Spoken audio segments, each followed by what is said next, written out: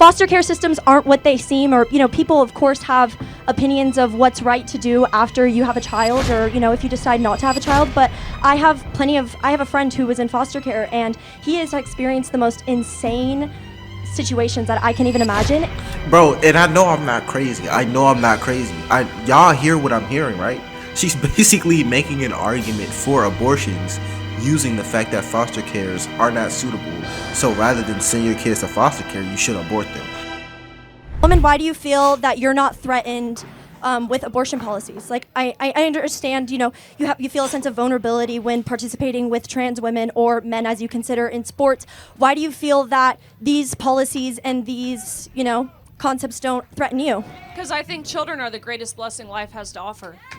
And if that's the case, why don't you think children are deserving of healthy environments? Like, honestly, can you confidently say that a woman who has a child who, the child was conceived under circumstances that were, not okay and very violent, and, I can't even imagine, how are you guaranteeing that this child is going to be happy and live a healthy? Okay, every time I hear this argument, and I really try to avoid these type of debates, but at this point they're kind of unavoidable.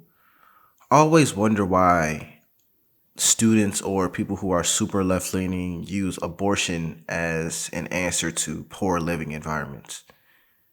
And the reason that confuses me is because it kind of comes off as if a child is poor, or if a child doesn't grow up rich or in a nice middle-class neighborhood, then they kind of don't deserve to live, or they shouldn't be alive.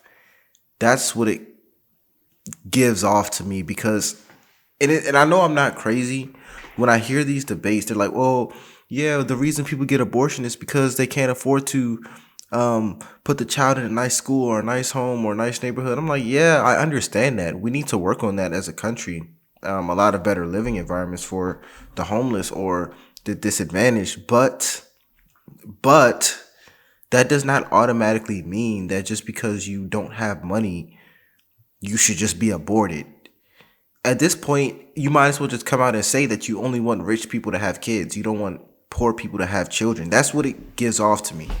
Nonetheless, let's continue. The life that's deserving. Of course, I can never guarantee the outcome of someone's life, but what's a whole lot worse than giving someone a chance is eliminating that chance altogether by ultimately terminating their life. Are you eliminating that woman's chance of fulfilling her dreams and fulfilling her life? Like, it's foster care systems aren't what they seem, or, people of course have opinions of what's right to do after you have a child, or, if you decide not to have a child. But I have a friend who was in foster care, and he has experienced the most insane situations that I can even imagine. And the fact that, Bro, and I know I'm not crazy. Y'all hear what I'm hearing, right? She's basically making an argument for abortions using the fact that foster cares are not suitable. So rather than send your kids to foster care, you should abort them. That's the argument she's making. And this is why I avoid these debates, because this sounds crazy to me. This genuinely sounds insane. Just because someone grows up in foster care or they grow up in poverty does not mean they should not exist.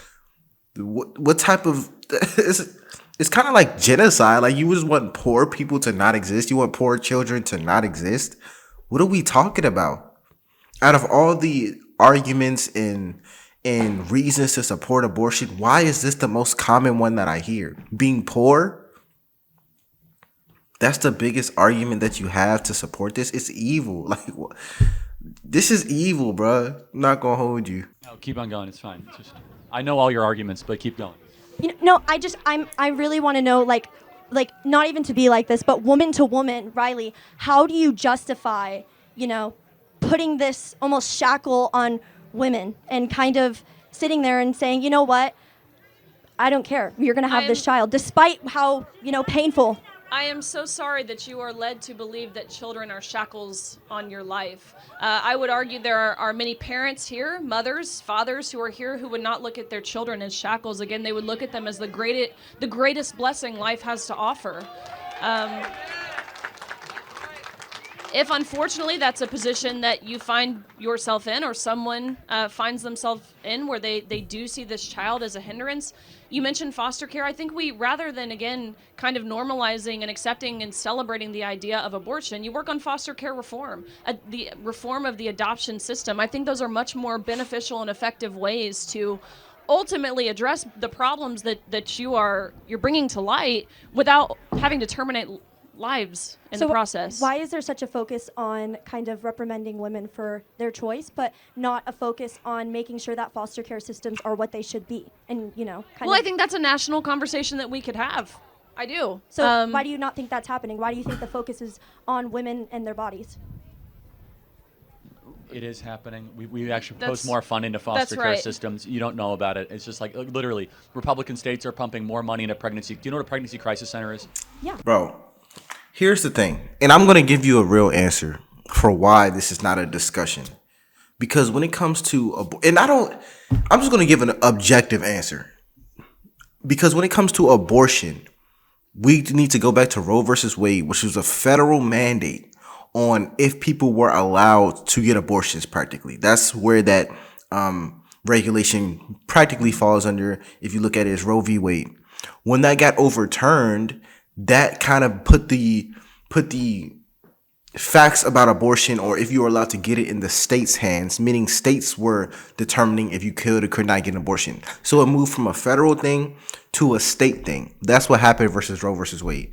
When you go to Charlie Kirk or Riley Gaines or whatever, and you say, why don't you guys talk about foster care or the welfare system that controls foster care? Why aren't you talking about that? You're talking about abortion.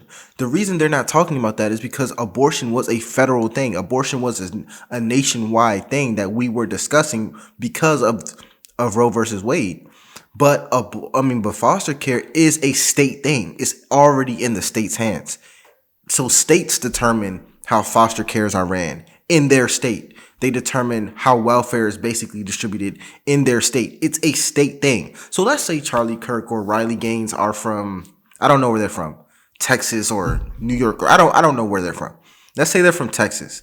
And they say, yeah, we have been. Texas already has a good foster care system, objectively. What else can they do? They can't go to Massachusetts foster care and change it. They can't go to freaking New York's foster care and change it. It's impossible. So abortion, though, on the other hand, that wasn't the case for a very long time. So that's why. Granted, you can still talk about it and put forward initiatives, but that is a state thing. And I think sometimes people forget that in the United States of America, states have laws. Every single state has a subset of laws that were they're able to determine what happens in their state. Nonetheless, let's continue. Like a Planned Parenthood kind of ordeal, or what do you mean by that? No. It's just a question. I mean, I'm really learning. A pregnancy crisis center is the pro-life equivalent, where you go there to actually have your baby be saved. And they'll actually help the baby with diapers and with formula and food up to 5 years of life. And there's thousands of churches across the country that pump in hundreds of millions of dollars a year on that one specific thing. I make sure I support causes that do as well, whether that is supplement companies. All the supplements I get, my vitamins that I take daily, I make sure I buy from a company that supports pro-life causes because it matters to me. When I say I'm pro-woman, I mean I am pro-woman wholeheartedly, entirely, all the way through, up and down. I am pro-woman. That means supporting women during their pregnancy, throughout their pregnancy, and after their pregnancy as well. Okay, interesting. Thank you. Thank you for answering. Yeah, let me know what you guys thought about this video. It's really shocking when I hear I really do get shocked when I hear people say they want to support abortion because of poverty, as if poor people should just not exist. That argument genuinely shocks me. Nonetheless, let me know what you guys think about this video. My name is Jojo.